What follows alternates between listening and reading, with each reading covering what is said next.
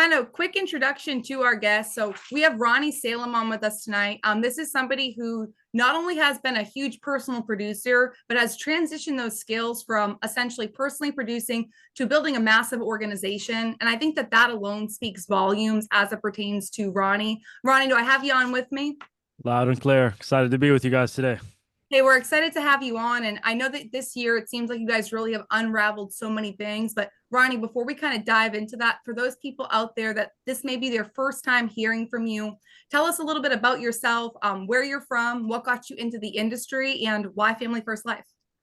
Absolutely. Appreciate you guys having me on today. I'm excited to be with your all's team. A lot of great leaders in here that I'm familiar with. So, for those of you that don't know me, my name is Ronnie Salem. I'm a husband and father of three boys, 7-year-old Dimad, 4-year-old Zane, and 1-year-old Rami.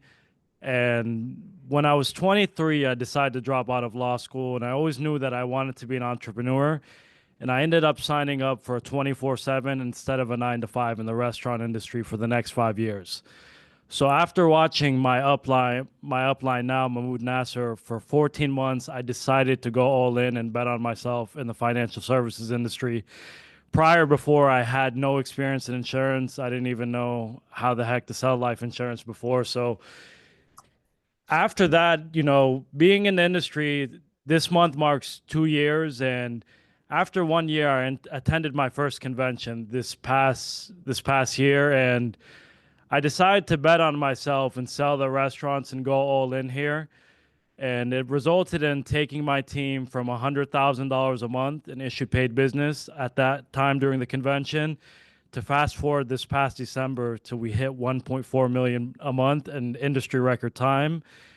And Oh, and it all started by going to my first convention. So I really want to harp on that we have that event coming up, and anybody that is not registered, you need to get there. I don't care if you need to fly, drive, or walk.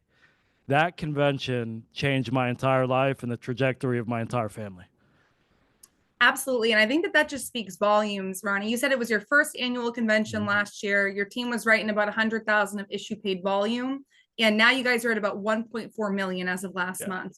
That's amazing. Mhm. Hats off to you. And guys, it just goes to show like, Ronnie, I'm on here to edify the heck out of you. But at the same time, is it fair to say if anybody with your work ethic, tenacity, it doesn't take talent or skill, it takes hard work, right?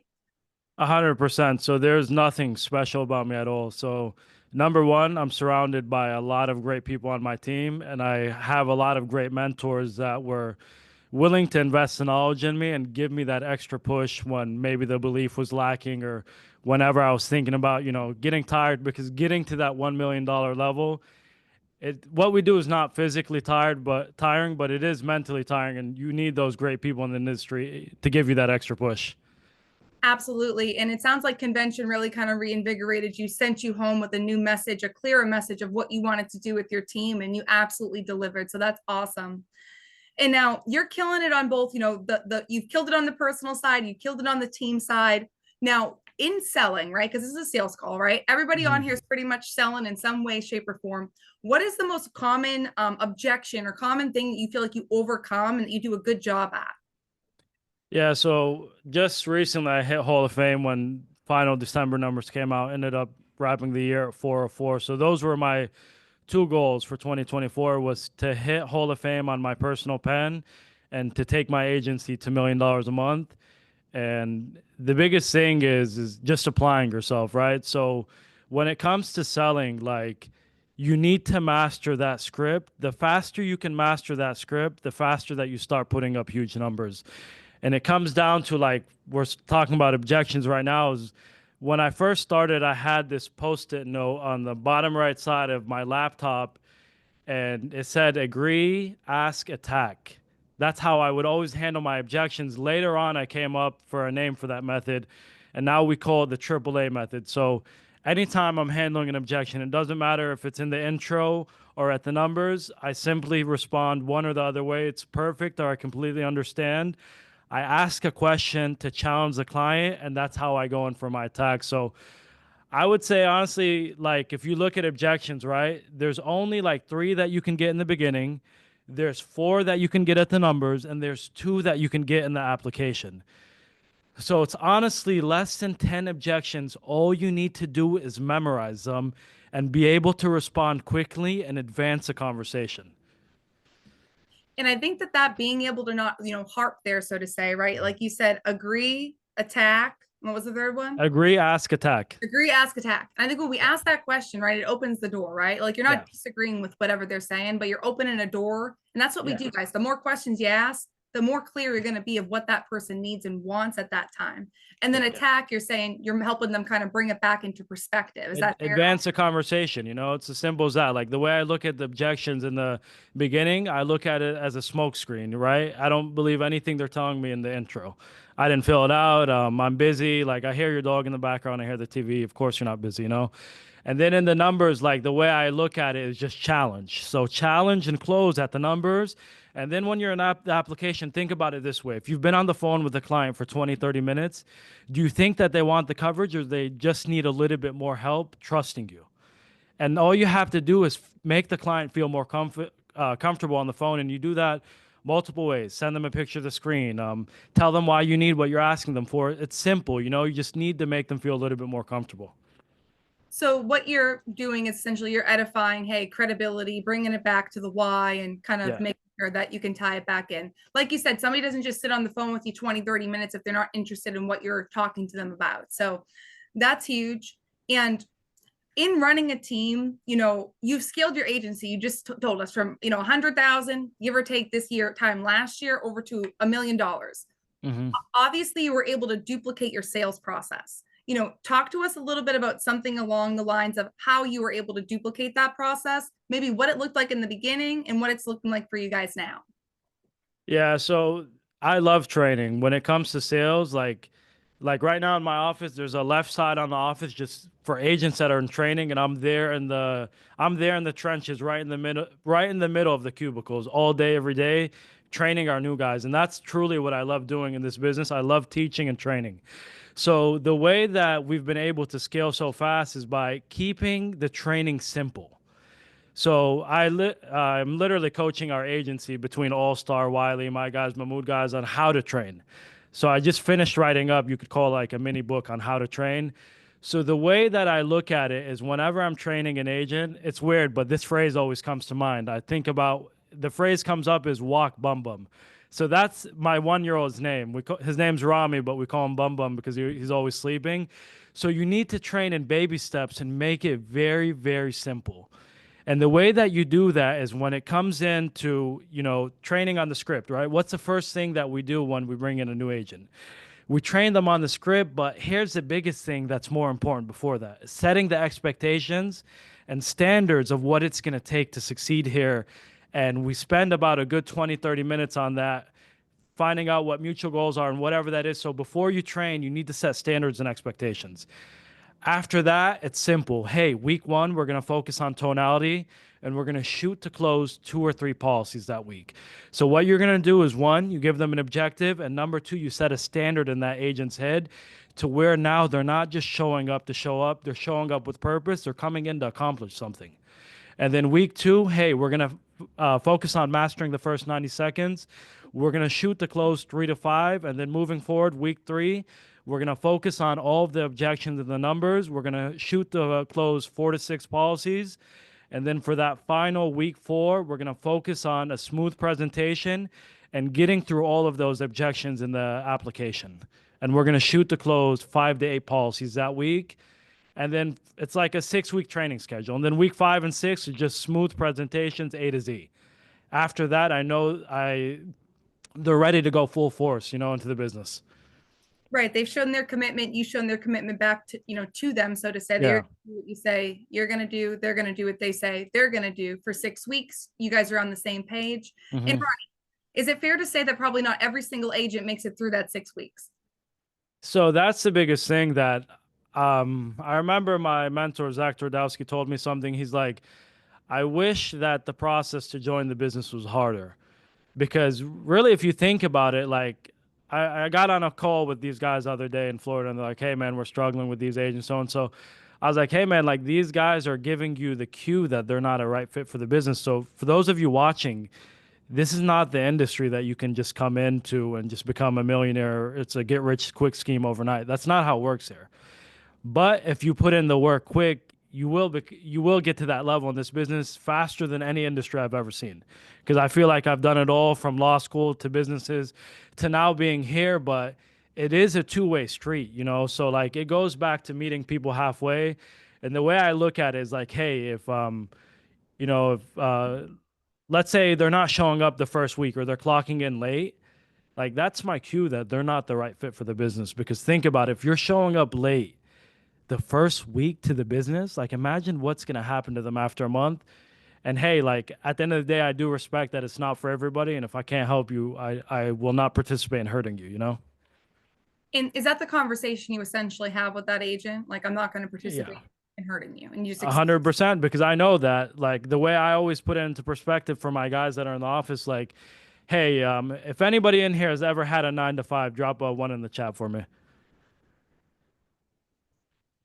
So this is the exact same way. If you guys want to succeed here, I'm going to give you guys the number one rule of thumb that I stick to with my schedule every single day. I used to ask myself this question when I used to leave the office every day. Would I hire myself or would I fire myself that day? And that's the thing. Like, you guys, if you showed up late to your 9 to 5, you would get fired. If you come in late to your business that day, you don't have a business anymore.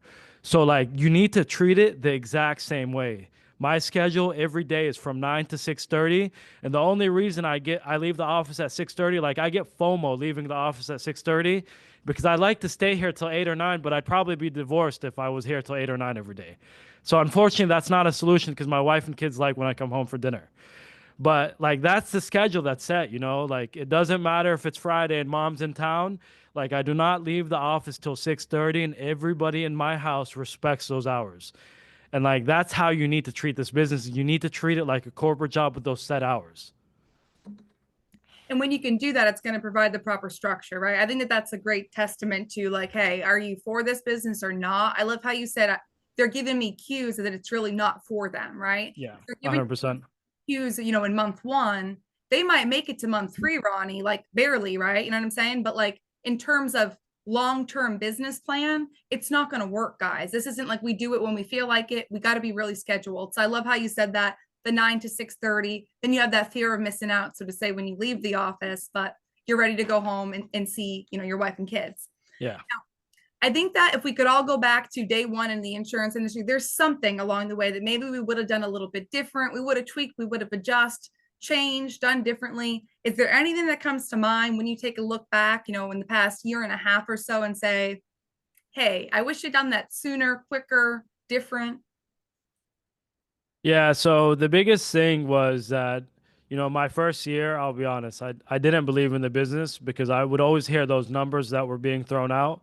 And I was part-time in the business and I had to see it to believe it. So, like November of last year, I took a whole month off from my restaurants and not this past year, but in 23. And I saw what was possible. So I wrote like a really big amount on my own pen, and I saw what you could make, and I was like, holy crap, you know?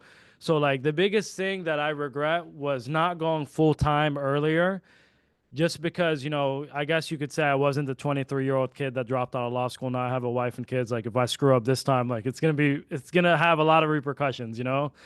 So, like, the biggest thing is just like go all in, like, what do you have to lose? And I remember, like, it's what I asked myself when I dropped out of law school and my mom was cursing me out. I was like, hey, like, if I'm gonna, like, miss out on making 60, 80K a year, like, what do I have to lose? And, like, today's society, like, that's not in a good place that you want to be in. Like, I was like, I'm already screwed. If I have to go back to that, like, it's cool. Like, I'll go back to school.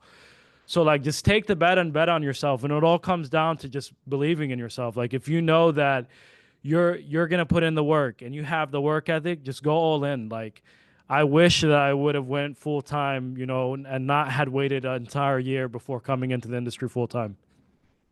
I think that that's huge, and I love that you kind of admit, like, hey, the numbers that were being thrown around, they just didn't sound right to me, right? And to be honest, like, they don't sound right, guys, to like most people. Like, they just don't. Like, you made 50 grand in a month, like versus like, okay, like let's talk about how we can get to 10 first, right? And then but that belief in yourself of like, I'm good enough, I'm worthy enough, I deserve this, right? I think that Yeah. that's huge.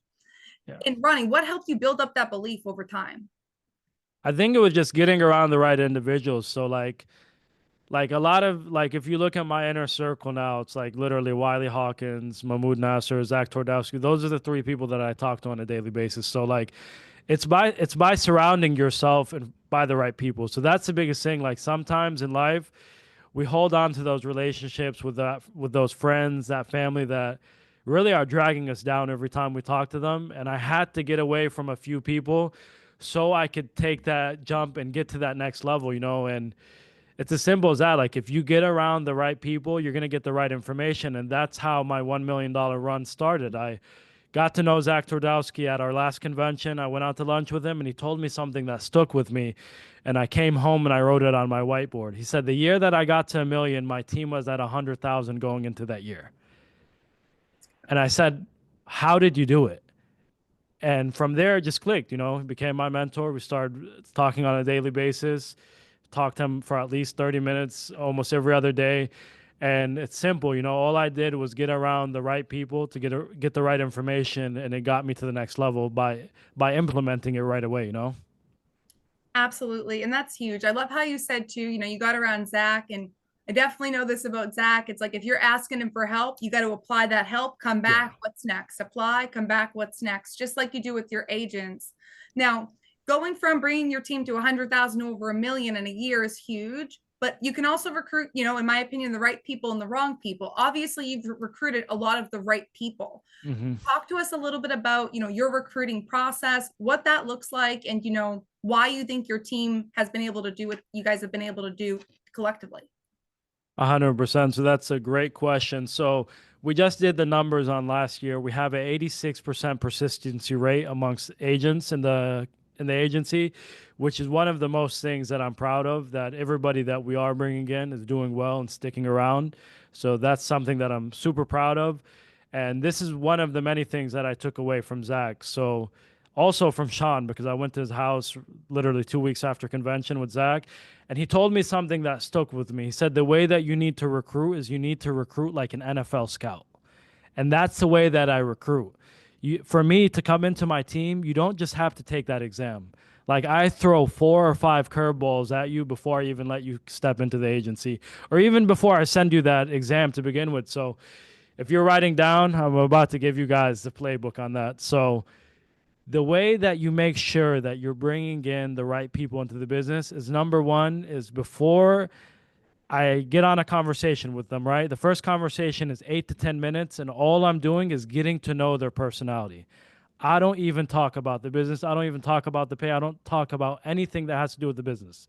I ask a handful of weed out questions. Hey, man, like, what does your typical daily schedule look like? Do you like to work on the weekends, or do you like to relax? What would you do if you were told no on the phone all day? Like just getting to know their personality. Like, what were you doing before? Why do you want to switch? Why do you want to switch what you're doing? What are you hoping to accomplish? Just simple questions to see if they can align with the morals of our team. And then after that, I send them this automated text. It has 3 videos in it. One of them is a FAQ video that we made for our agency. That way we're not interviewing each other. And then I tell them to get on a business overview meeting that we do in our agency every Wednesday at 7 p.m. Eastern. Now, hey, like if you can't do those 2 simple tasks, watch those 3 videos and get on the BOM call, you're letting me know one of 2 things. Number one is that you're lazy and you're not the right fit for the business. Or number 2, hey, it might not be the right time, and you might be like me. It might take you 14 months to come into the business. But hey, if they do all those things and they text me at Wednesday at like 7:30 Eastern that, hey, I watched the videos, it's great, and I just got off of the BOM, explains how they get paid, the bonuses, the hierarchy structure, the building, all that stuff. Like that person is going to come into the industry and be a killer right out of the gate, because I've watched it unfold in front of my own eyes. We got to 1.4 million a month with 78 writers. That says a lot about your average issue paid, to say the absolute least. So you're essentially weeding people, you're getting to know them, you're plugging them into a system, saying, hey, can you work a system? Essentially, can Yeah. you follow instructions? They're following back up with you at that point. What's next? And then after that, like who here has ever had problems getting people to take the exam in a timely manner? Drop a one. Let's see. This is what I struggled with, and I'm going to give you guys how to solve this issue. So, whenever you guys are talking to a recruit, treat them just like a client. Everybody needs a sense of direction and urgency. So when I get off of the phone, before I get off of the phone with them, I'm going to be like, hey, Rami, so what I'm going to do next is send you the course. I've seen people take it in 2 days and finish the exam, and I've seen people take it as long as 2 weeks. Now, the people that take longer than 2 weeks, they usually don't end up taking it, and I don't want to see you miss out on this or that happen to you. So after we get off of this call, I'm going to have my admin send you the link to schedule your exam. Make sure you schedule it within 2 weeks and send me the confirmation back so I make sure our assistants don't take you out of the system. So boom, like I'm telling you that, hey, it's going to take no longer than 2 weeks and I need you to schedule it and send it back to me. And that's just how you build urgency, right? Because like if they can't do that, then what's the purpose of them getting on the phone and just wasting all that time, you know? 100%. So I love that. Treat them just like a client. You have to build urgency. Same thing. They got to step and walk with you, so to say. Yeah. And just a couple things as it pertains to sales, right? Like you're in, so Ronnie, just so I can paint a picture, you're in an office all day with a lot of your guys, right? Yep. Okay. With that being said, what are the most common things that you see, from, your guys, your girls, that they're getting kickback on the phone that maybe it's hard for you to overcome or hard for them to overcome? Yeah. So the biggest thing that I see is that people give up on the conversation too early, right? So I'm going to give you guys my code when I'm on the phone. There's only two outcomes when I'm on the phone. Either they hang up on me or I close them. They hang up on me or I close them because, like, if they're telling you to call them back or they need to talk to their wife, I'll say in like straight up English, it's telling you to go screw yourself kindly.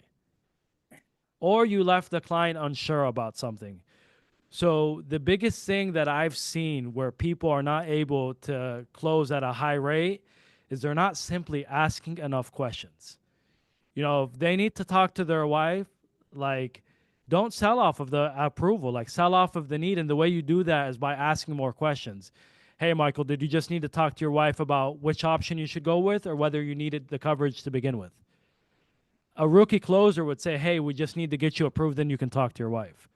Do not sell like that. I had an 88% persistency rate on all of my policies that I sold last year.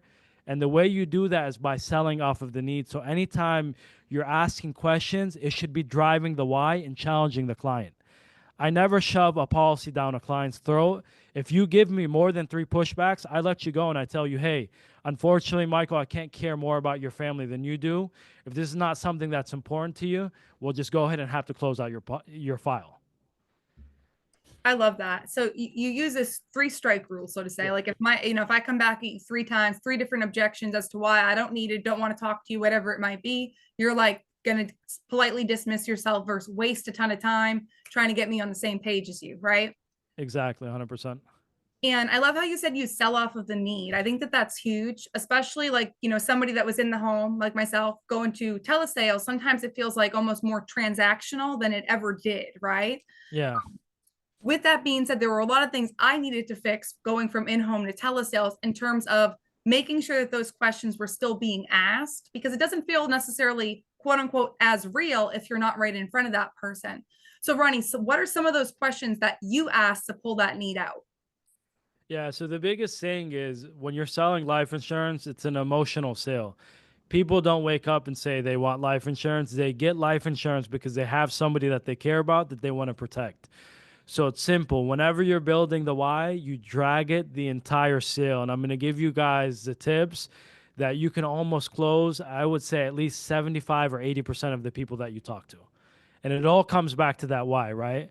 So whenever you're asking for the why, right? Now, God forbid if something happened to you today, who's going to be the one that's picking up all the pieces and paying for the funeral expenses tomorrow? Oh, it's my daughter. Okay, what's her name?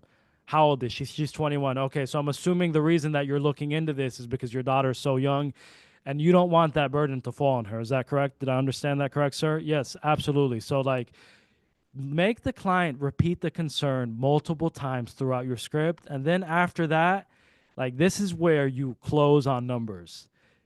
This is a huge tip, and this is going to change the game, and it changed the game for a lot of people that I've spoken to. So like whenever you're pitching the numbers, right?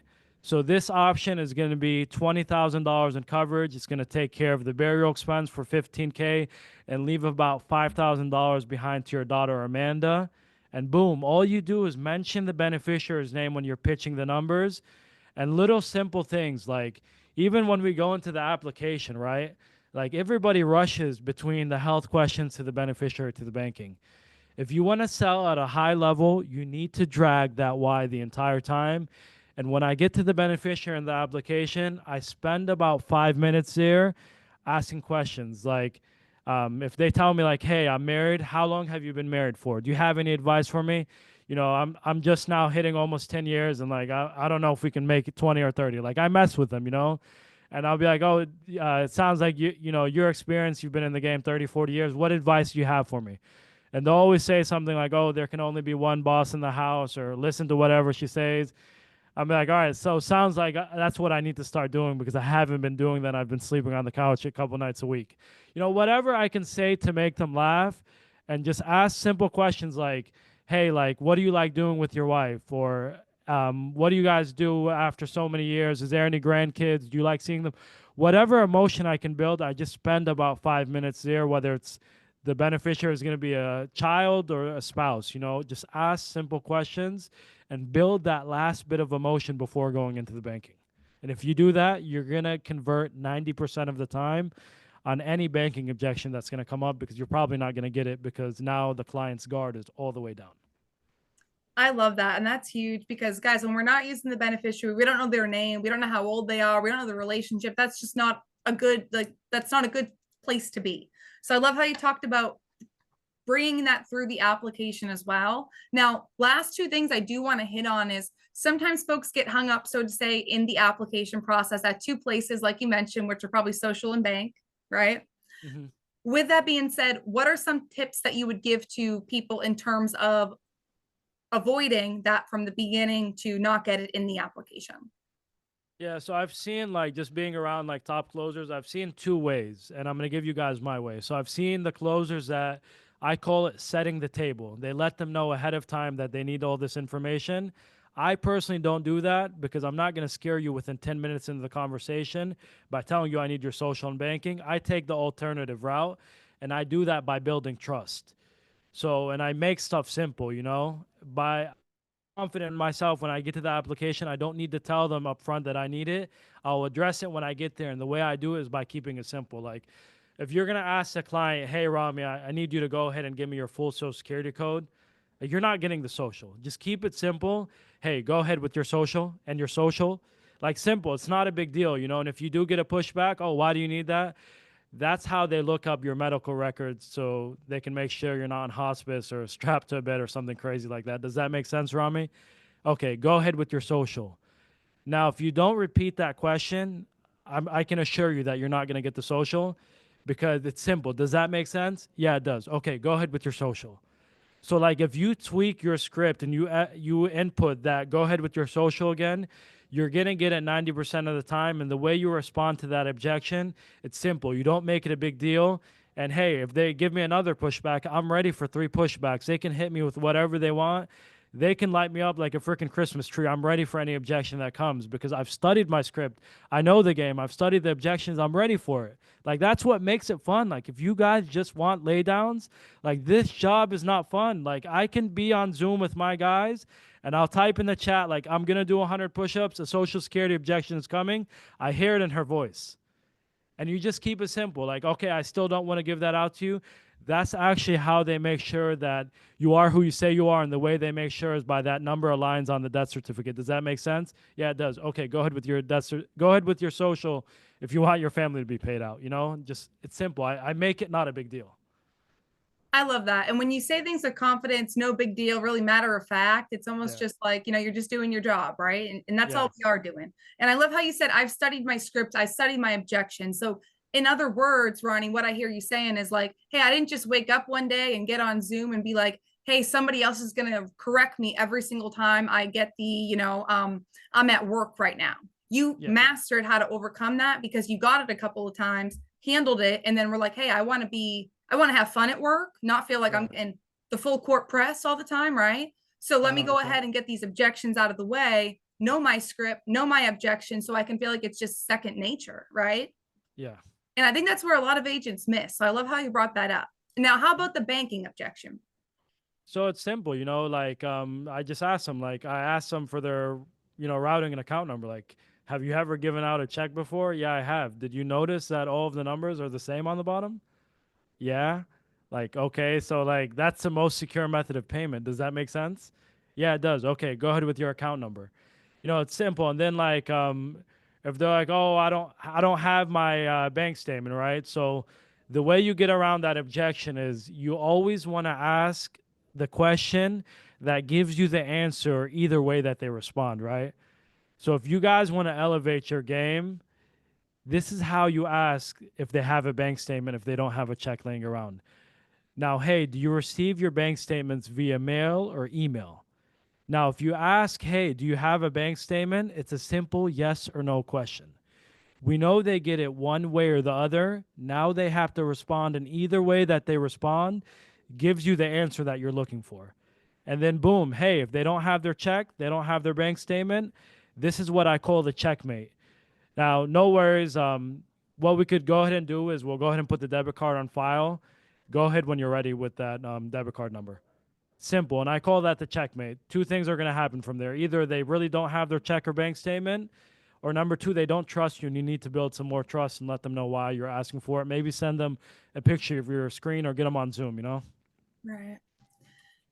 So essentially, you're making sure that they're tracking with you. If you feel like they're not, but like there's just a trust issue, you're making sure that you can overcome that in some way, shape, or form. Yeah, it's simple. It's just, you don't over drag the objection. You don't take too long to respond to it. You just keep it simple and then you just keep asking questions that lead you to an answer that you want. And hey, like if think about it this way, guys, if you guys have been on the phone for 20, 30 minutes with that client, do you think that they don't want it or do they just need a little bit more help trusting that you're doing the right thing? Because in reality, we're not calling random people out of a phone book. They sent in the lead. We are licensed to do what we're doing. But hey, like in 20 minutes, think about it. The client has to trust you to give you their social and their banking. You just need to make them feel a little bit more comfortable. Do not freak out when you get that banking objection. Like if you can just ask a couple more questions or make them feel more comfortable, you're good. Absolutely. And then last question I got for you, Ronnie, because that was awesome too, because it's like, guys, when we don't make things a big deal through the process, it's usually not a big deal when you get, you get down to the bank. Um, Now, as it pertains to pivoting, right? Like, sometimes you'll be maybe talking to somebody about an IUL and then they get declined and then we realize they don't qualify. Talk to us a little bit about how you help, your guys and girls kind of pivot from maybe an IUL or a term product over to a whole life product. Yeah, so I always use the good news, bad news. So always you kind of want to give like an alternative and always leave them with an option. You don't just be like, hey, you got declined for the MUA ULE. What do you want to do? Like, you're not going to advance the conversation if that's how it goes. So, hey, I've got good news and I've got bad news. Which one do you want to hear first? Oh, the good news. The good news is we were able to get you approved for some coverage. The bad news, unfortunately, the one that we're trying to get you approved with, had some things come up. But the good news is we did find an alternative for you. Now, that being said, would you want to raise the coverage and go back to that normal amount that we were looking for? Or would you like to adjust it to go back to that same rate that we had you at the begin with? And then they have to choose because, like, not getting life insurance is not a solution. And that's what it comes down to. So, like, if you give them the option, they have to choose one because we know that not protecting their family is not going to be the solution that either of us are looking for. Absolutely. So I love that. So you just make it really matter of fact, like, hey, like essentially like it's what you qualify for, right? Mm-hmm. Like this is where we're going. Do you want to pay more or do you want to lower the coverage? So I love that. Nice, simple, easy to the point. Um, Outside of that, you really helped us out in a lot of different ways from recruiting, sales tips. Mike, Eric, Frank, Jamie, if you guys aren't anybody questions you guys want to ask.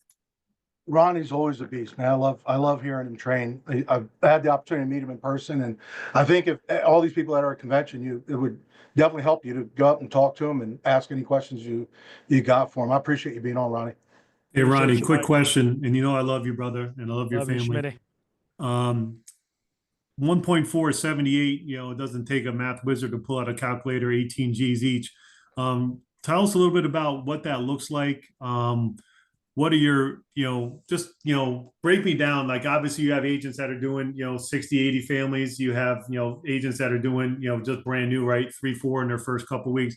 But can you break that down a little bit and, where the policy's coming from and, where the, just a little bit about that? Yeah, so we write a mix of whether it's final expense, mortgage, or IUL. But the biggest thing is to drive up that, that family amount per agent is we set a high standard when they come into the group. And like, even if you're in my office, like one of my doors says outwork everybody, outwork everyone. And then the other one says give everything. So like we're committed to excellence as a group. And the way we do that is by sticking to a standard, like that's something that we implement, that 10K or die rule. Like that was implemented into me early on when I joined the business. Like basically, if I didn't submit 10K that week, like you might as well die before posting that on Slack on weekly numbers, So like that's the standard, and then it's just having that Hall of Fame mentality, So like the reason we all want to produce at a high level was everybody wants that Hall of Fame recognition, and the way you get there is by simply working towards it, And that's what it takes is just, setting those standards early on with those agents, letting them know that this is a business. You treat it like one, it'll pay you like one. You treat it like a part-time job, it'll pay you like one. You probably won't have a job if you do that. And then other than that, Schmidt, it's like the leads, right? So the leads are your cash flow in this business. Like if you're complaining about not having anything to sell or not selling anyone, it's because you don't have anything to sell. So the way I always looked at leads is like I used to always look at it like the restaurant, like if you had a bunch of old produce, it's going to be a lot harder to sell it. But if you have a consistent flow of leads coming in, you always have something to sell. And that's the business, and the way that kind of like investing the business was explained to me was like, hey, if I told you guys, if you're looking across from you and there's an ATM in front of you, right? And if you put, let's say, 5, 6, 8 grand in it every month, and it spit back at you 20, 25K a month, would everybody be willing to put in that 5 or 6K in here?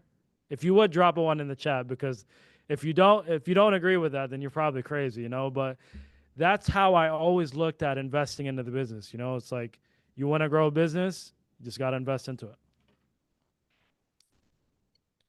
Hey, Ron, I have one question for you. Are most of your guys local in your office, or do you have any people that do remote? So I would say like 50-50. Most of them are either 50% is here and then the other 50 is scattered between Texas, Minnesota, and California. In another office, or do you have some independents that are like working at home? So we've got a Minnesota office and then we have a Texas office where Zach's at. Got it. We have like a compound there, and like about 10 or 15 of our guys are there. So what percentage of people are in an office? I would say probably 70-80%. And like if Wow. you guys are near an office, like the office changed the game for us. Like right now I believe it. we just moved to our new office, 7,000 square feet, floor to ceiling windows, like crazy, Golly. Like it's what takes you to the next level. Like, and if you're in the office and you're having a bad day and you're hearing that gong go off all day and you're in a presentation, you are going to do every single thing in your power to close that presentation, to go up there after having a rough day or while having a rough day. Like the office is the way to go. I believe it. It definitely gives you the ability to build that culture. And I think so many people here, they don't have an office, but then they're not on Zoom. And I think it's pretty much impossible to do it if you're not at least on Zoom.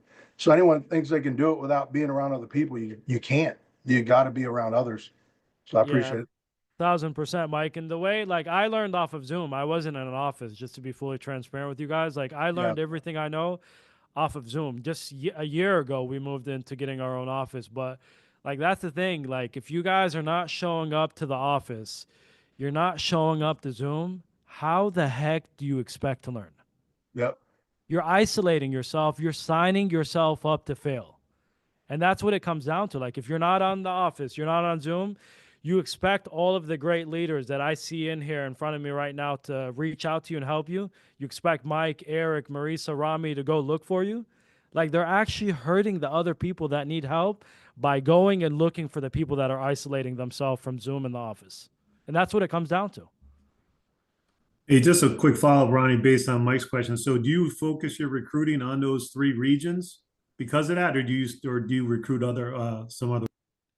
So we focus on, it doesn't matter, Zoom or the office, like wherever it falls into place, we just get it done. You know, like some of my guys, like I think there's some of them in here, they all moved to Austin, Texas because we bought a compound down there.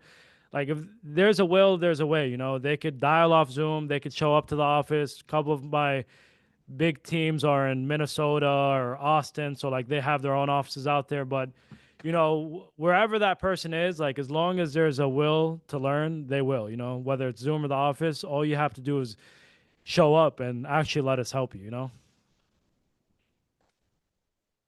Hey Ronnie, as a Hall of Fame producer, what does your lead flow look like? So whenever I was running for Hall of Fame, it was super challenging in 2024 because the speed that my team was growing at.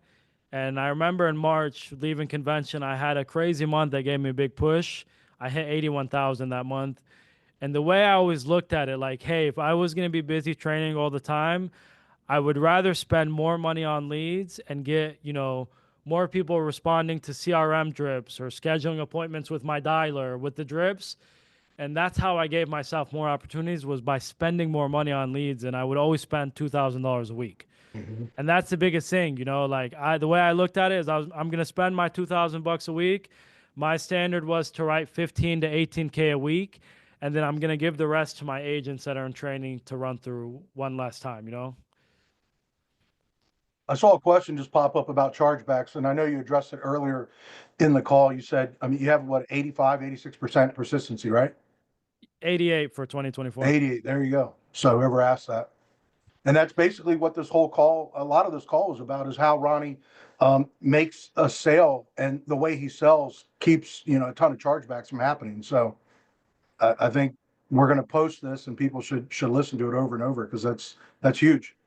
Yeah, and the biggest thing, guys, is this is how I always explain, like, people that are coming in the industry, they're like, oh, what about the chargebacks? Like, Amazon deals with millions of dollars in returns in business every day. Walmart deals with people stealing nonstop. So does Home Depot. Like, chargebacks are part of the game, but I'm gonna tell you guys my saying. I always say that chargebacks only suck if you suck. So I always use this term in real estate, right? If you sold 3 houses that quarter and one of them fell off that quarter, the problem wasn't the one that fell off of that quarter. The problem was only selling 3 houses that entire quarter. So like if you're selling, you don't have anything to worry about. But if you aren't selling and you sell 2 policies a week and one of them fall off, like, dude, the problem wasn't the chargeback. The problem is you. You only sold 1 policy. So like you only sold 1 policy outside of that. So whenever I was producing at a high level, I would always say like 1 out of the 3, I'm going to scratch it off, you know, because, hey, it is a part of the business. It is a part of the game. But, you know, I'd rather take the 2 that are going to pay out and not worry about the 1 that won't, you know. Agree. Marisa, the numbers are correct. When Ronnie jumps off, can we go through the numbers real quick with everyone? Yeah, absolutely, for sure. Awesome, Ronnie. I appreciate it. Any other questions before we let him go? Hey, Ronnie, you said, you know, again, I'm sorry to populate all the questions, but, you know, how I feel about, you know, your feedback. You know, so what was a couple of the things that your intentionality when you went to convention and like, hey, I'm going to go there and I'm going to ask these questions or meet these people, you know, a lot of, you know, we got hundreds of people on here. Like, what would you give them for that type of advice? And if this was their 7th agent, a 7th, whatever convention that they're going to, you know, what would you, you know, give them for advice on that and why they should be?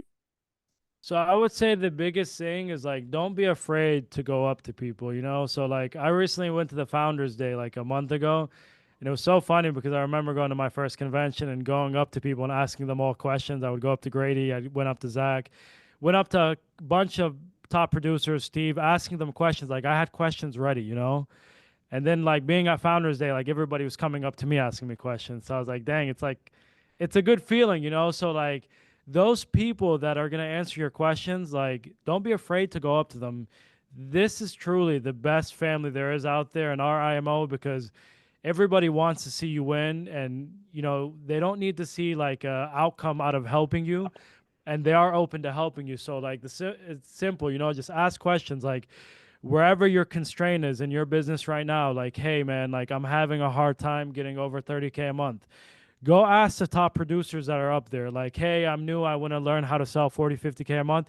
Go to the rookie panel and ask all those guys up there. I have about 4 or 5 of my guys that are going to be on the rookie panel with Sean Mike. Go ask some questions. Like, those guys are willing to help. Like, hey, if you want to build a big team, like, come up to me, come up to Wiley, come up to anybody that, you know, just did it recently. And like, and that's how you get to the next level. It's not by not having an ego. And like, if you do have an ego, it's going to stop you from getting to the next level, because you're not going to be open to being coachable about asking people how to get to the next level, because your ego is not allowing you to. So I encourage everybody in here that is going to convention, have your questions ready. Come up to me, come up to anybody that you guys see on stage. I'm an open book, and you know, that's how you get better. I'm always looking to get to the next level. And hey, I'm going to be there asking questions too, because the way you keep improving in this business is by continuing to learn.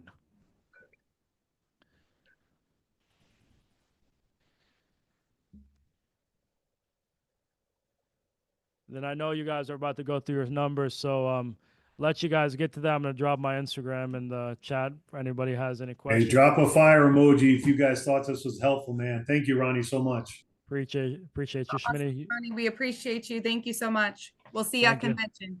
Thank you guys for having me on. You guys have a lot of great leaders in here. Tremendous respect to all of the big names in here. Thank you for having me on, Marisa. See you guys at convention. Thank you, Ronnie. See you there, man. All right, and we'll jump into numbers. Mike. Yeah. Mine isn't in like a presentation mode. Can you, thank you. Here's mine. You gotta, when you get a PDF, just hit Control L and it pops it up like this, and then you just use your mouse. Got it. Okay, I appreciate you. I'll know So next. this submit for last week. All right, perfect. So guys, submit this past week. So January week 2, we have Nicole R, 10,013, Alex G, 10,752, myself, 10,790, Rami H, 11,200, Aphrodite L at 11,321, Shannon H at 11,604, Jonna K at 11,754, Amy M, 12,204, Heather R, 12,374, Bryce E, 12,565, Corinne G, 12,727, Marcus M, 12,970, Brittany M, 13,291, Heather R, 13,400, Alex A, 14,630, Jerwan S, 16,000, Jordan G, 16,764, Renee T, 16,914, Amaka A, 18,238, Jesse S, 19,213, Leticia A, 21,238, James T, 21,397, Crystal C, 21,493, top 5, D'Amica B at 30,102, Depot A, 31,884, Alunambi O, 32,444. I apologize if I just butchered your name. John M at 34,764. Dean P at 112,638. Talk about a week. All right, and guys, if you're not posting in Discord, post in Discord. Essentially, guys, if you're on here and you're like, I didn't just see my name on the submit numbers, it's probably because you don't post in Discord. This is a simple, easy way of how to post to make sure it does update to the leaderboard. If you don't have this, screenshot it right now, take a picture of it if you're on your computer, whatever it may be. This way, everyone's all on the same page and we're able to track our numbers collectively. If you're not in Discord, scan that QR code. All right, and then December 24 month to date issue paid. So we're going to go over 10K, over 15. I think this might be a little bit, this might be week 2, but that's okay. This is for the full month. No, it's not. I was It's gonna say, not? I was over 40 myself, so there's no way. Depot is Oh, right there. okay, there we go. Okay, all right. Look, Depot's correct. I don't know what the hell. Hey, let's just read Depot. He was number one, 80,000. Okay, we got Depot and James T at 80K, and we got Ramon M. We can't leave him hanging at 100,000. Let's do that. All right. Let's congratulate all the Hall of Fame leaders.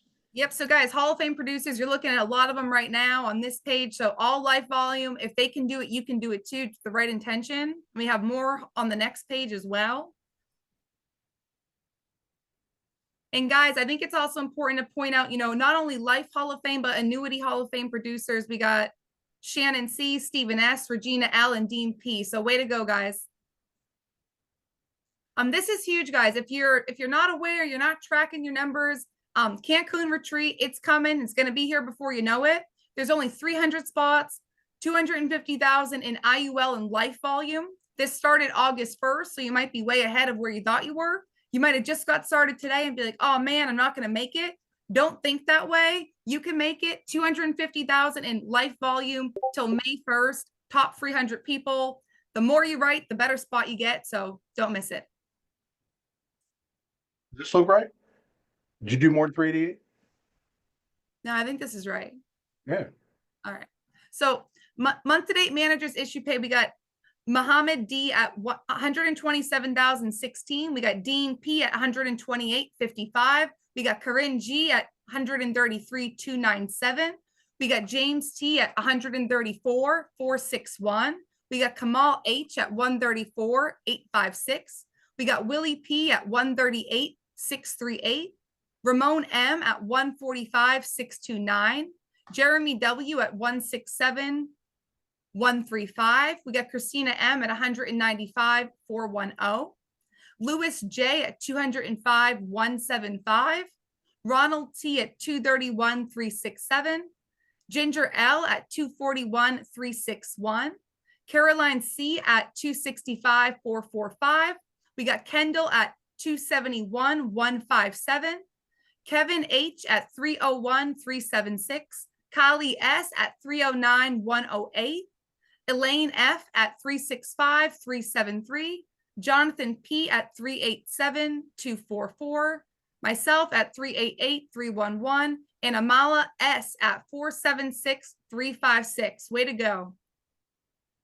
Month to date managers, total issue paid, number of writers, number of people, peers you got to work with, 775,000 writers. Sorry, I lied. 775 writers for a total of over 5.5 million of issue paid as a team. Way to go. This week's top recruiters, we got myself, Heather, Christina. We actually lied. We got Thomas, Sean, William, Matt, and Heather with 2. We got myself, Christina, and Carrie at 3. We got Rami, Kali, Crystal Clark, and Howard at 4. We got Dominique, Frank at 5 recruits this week. David and Jonna at 7. Cherie at 10. And Chantel Jones at 92. Way to go, Chantel. We need to bring her on. Now, yeah, are you on? I saw her on here earlier. Yeah. She's killing it. Here, me. Yeah. She is, I can hear. Tell us what you're doing, Chanel. There she is. She's back. She's on mute, but she's back. But you're back. Okay, I got it. How you doing, Chanel? Good. How are you? Good, good. So what's up with 92 in a week? What's it take to do that? Social media. I'm Okay. really social media, and then networking has been amazing.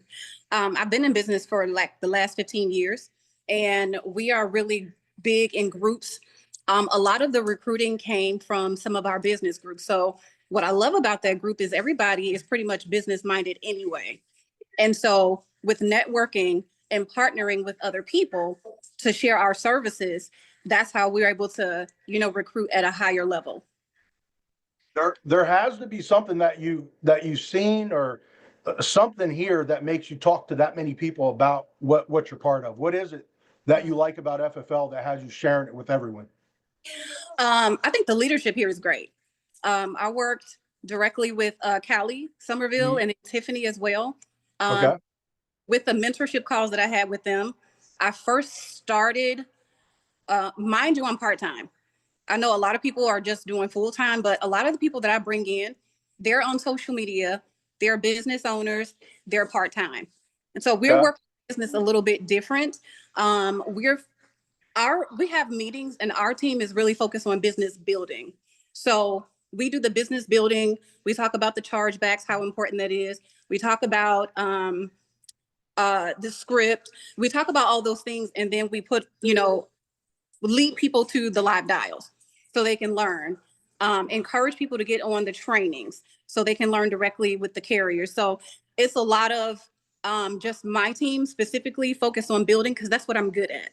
And then go, hand over right to the live dials and to the trainings. But FFL has been a pretty amazing business. When I first started, I made $10,000 my first week.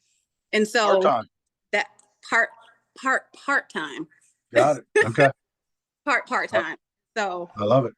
That I think this is a viable option with the business owners that I'm in contact with. I have a 3-year-old. With the business owners I'm in contact with, and a lot of them are in the financial industry. So this is a great add-on to the businesses that we have. And then my daughter here, 17 years old, she has been really helping behind as well. She'll be 18 this year, so she'll definitely be getting in the business as well. But she's really been crucial to the application part because we have, people fill out an application. We go through, social media marketing. We go, ask questions about if they're licensed, just experience and things like that. So it's an application process that my 17-year-old, honestly, she's been rocking it with me. So I love it. Do you ever plan on doing this full time? Do you have any plans on doing this full time? Or you're going to keep it part time? You do, okay.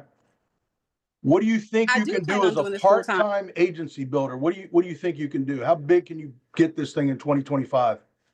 What do you think? What's your goal? 2025, the goal for my team is to hit our first million. I love it. You can definitely do it, bringing in those kind of people. I mean, the law of large numbers will definitely make it happen. I love it. Love it. I just want to add, some of our team, and we have about, I don't even have the names with me, but it's about 8 of them who has taken the course already because we get in, you move fast, finish the course, and we have about 4 who finished the course and passed the exam already. So we're definitely on top of it, and everybody is ready to make money.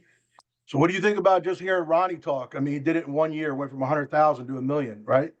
Yes. Tells you it can be done. He brought someone who's going to do it in 6 months, so we know it can definitely be done in 12.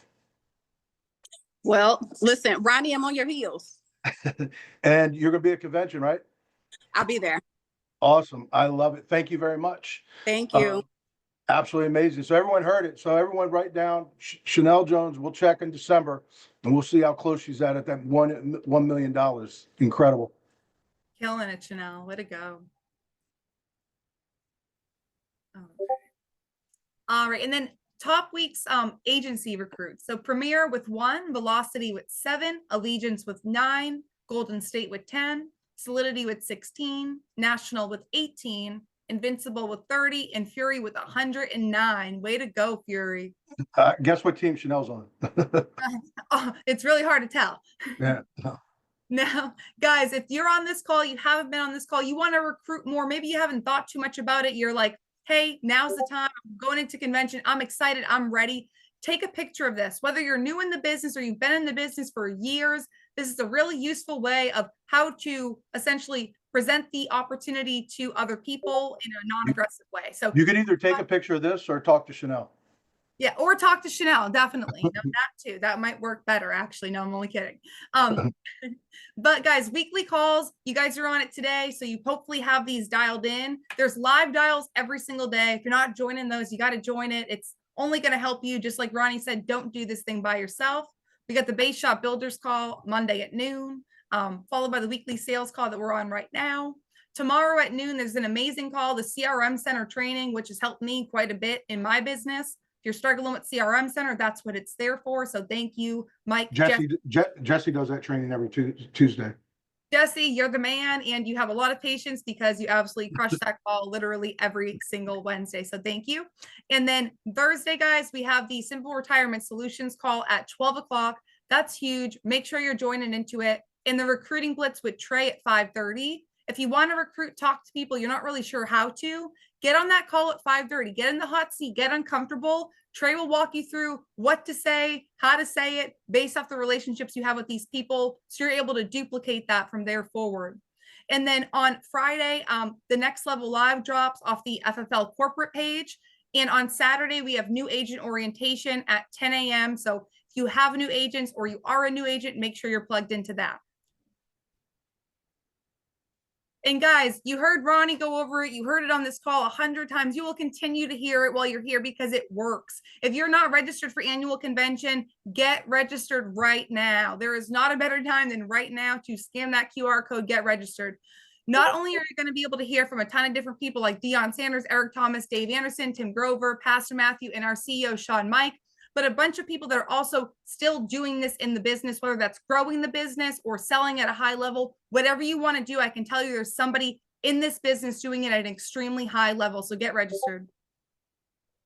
And then guys, if you're not on this call, this is essentially a coaching call with Sean. It's a Q&A every Friday at 12 o'clock Eastern, and it's $9.97. It's $9.97 a month. It's probably the best $10 I spend every month in terms of reinvesting back in myself. So guys, if you're not already on this call every Friday, scan this QR code, join it, and get plugged in with Sean. Perspective changes. All right. I appreciate it. How many people on here are going to convention next week? I know there's a ton of us leaving on Wednesday. I'll be there. I'll be there. People on here going? Very cool. I love it. Schmidt, you got anything to wrap up with? No, I might touch on this at convention, but you guys, I mean, take what Ronnie said really strong. I mean, I was severely stuck and transitioning from in-home to telesales, and knowing that script. And again, I think, you don't need to memorize the script, but you need to know that script so well that you can come in and out of it when you need to. And because these, people are going to throw you off, right? And you're going to have to sometimes come off that exact script, but knowing how to get back on it and get back on track and and staying engaged. I mean, the 100, 200, 300 people that were on this today, you guys got the biggest gold nugget. And again, I can't say enough about Ronnie and Nasser and Wiley and all those guys, but knowing that script, because everyone's like, well, how do I get to that next level? How do I get to a spot where I can spend $2K a month on leads and I can open up offices in 3 states around the country? It's taking advantage of the crazy high comp that Sean set us up with, and and growing and always knowing what your next level is and what you have to do to hit it. But knowing that script, you don't have to memorize, you don't need to be robotic, but just knowing it and how to get in and out of it, right? And just staying super engaged. And this will be my 7th, convention conference that I've been at, and I can't wait to get there and learn from so many amazing producers and owners. So that's really all, and I appreciate you providing this platform for us, Mike. I appreciate you. Thanks, Marissa. Schmidt, in 23, I did 275 in 6 months, but it took 6 weeks of getting my absolute teeth kicked in because I left in-home and then went, did phone sales. And I felt like a brand new agent. And I really understood why people quit. I'm like, this is exactly, now it was nice because I knew that eventually I just had to put in the time and then I could do it. And I ended up writing 275 in 6 months, but I got absolutely murdered for 6 weeks. I'm like buying leads and trying to sell, and I was trying to do the same thing I did at home, and it didn't. And I'm with you, man. It was definitely, it took some transition. So I had to talk to a lot of people and figure it out. But if you stick with it, obviously anyone can do it. So Schmidt, we need to have a call with you on, man. You're like one of the all-time greats. Schmidt was someone I remember being in home, sitting in a parking lot and calling Schmidt, trying to, telling him I got no-showed 6 times or why I got a bunch of I want to think about it in a day. And Schmidt was one of the people I reached out to. So we need to have Schmidt on the call. Well, guys, I'm absolutely nothing special. I buy more leads and work more hours than most people. I So will speaking attest to about that. working, I mean, if you guys, I mean, I'm sure everyone's on a Zoom, right? But the Zoom channel that you give us access to, and Miss Heather, you see her right there in her red sweatshirt, red top. She does an amazing job. So kudos to Heather. I actually got up extra early the other day just so I could beat her and be on the Zoom before she got on. But just amazing. So, guys, I mean, all the tools are here. So yeah, just take advantage of them. Take advantage of them. Someone asked me the other day, how does Schmidt close so much? I said, he buys a ton of leads and he just works hard. I said, that's it. He buys more leads than anyone, because I see him come through. I'm like, he did the same thing in the field though, too. Just hard work and a ton of leads, and anyone could do it. So, And one thing that I've been doing a lot lately, Mike, is, because I used to door knock always in the field, right? You get one leg and the short sale or short no sale. And you always would door knock. I always, Marissa and I always talked about it. I had that Road Warrior app always all filled up the day before. And we don't really have that now. So I have a on my Google calendar here on my other screen here. I have so I have a color coded system. So red no show, yellow left a message. So whenever I find a little break in my schedule, I always go back calendar days and just start redialing, which is I'm calling door knocking for the phone, and hitting up those yellows and reds in my calendar until they turn green. So or officially red, So just a little tip that I've been using with so I'm like, man, even though I don't have a ton of downtime, I have downtime in between recruiting and scheduled appointments, but I always want to go back and hit those up. So this was my schedule when I was doing telesales right here. yep. This is how I was doing. The thing was stacked every week. It was fully stacked of appointments. That's what it looked like, to be able to. So I don't think I'm good, man. It was just a ton of appointments is all it was. Look at that. Every week was the same thing. So no doubt. And if you are going to a conference, get there early, guys. It's not cool to be late. It is really uncool to be after it starts. So get there early, go to bed early, or use your special tricks to get up early. But get there early. And if you're not registered, what a disaster it's going to be to try to get through those lines. So this is going to be total, even though it's at the same venue, it's going to be a totally different feel.